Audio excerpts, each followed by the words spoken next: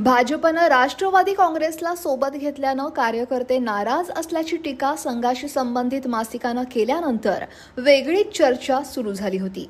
या पार्श्वभूमीवर भाजपच्या कोर कमिटीची बैठक मुंबईत पार पडली।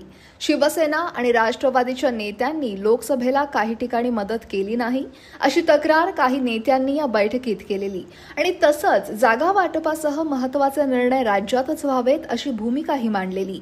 यावर आता भाजपच्या केंद्रीय प्रभारींनी पक्षश्रेष्ठींची भूमिका नेत्यांना सांगत कामाला लागण्याचे आदेश दिले आहेत। शिंदे सेना आणि अजित पवार गटाला सोबत घेऊनच आपल्याला विधानसभा निवडणुकीला सामोरं जायचंय असा स्पष्ट आदेश भाजपच्या केंद्रीय प्रभारींनी पक्षाच्या कोर कमिटीच्या बैठकीत राज्यातील नेत्यांना दिलाय आणि त्यामुळे विशेषतः अजित पवार यांना बाजूला ठेवून भाजपा शिंदे सेना एकत्रितपणे लढतील या चर्चेला तूर्त पूर्णविराम मिळालाय।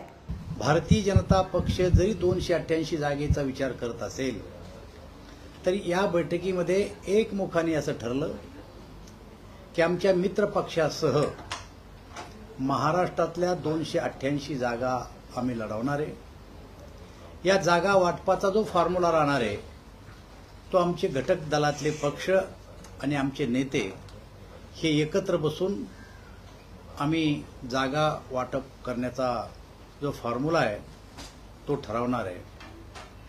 288 जागावर जरी आम्ही 2 दिवसात चर्चा केली असली तरी भारतीय जनता पार्टी एक राष्ट्रीय पक्ष आहे, महाराष्ट्राचा विचार करणारा पक्ष आहे आणि म्हणून आम्ही आमची तयारी तर करतोच, परंतु आमच्या मित्र पक्षासह आमचे उमेदवार जिंकले पाहिजे आणि महाराष्ट्रामध्ये आपली सत्ता आली पाहिजे।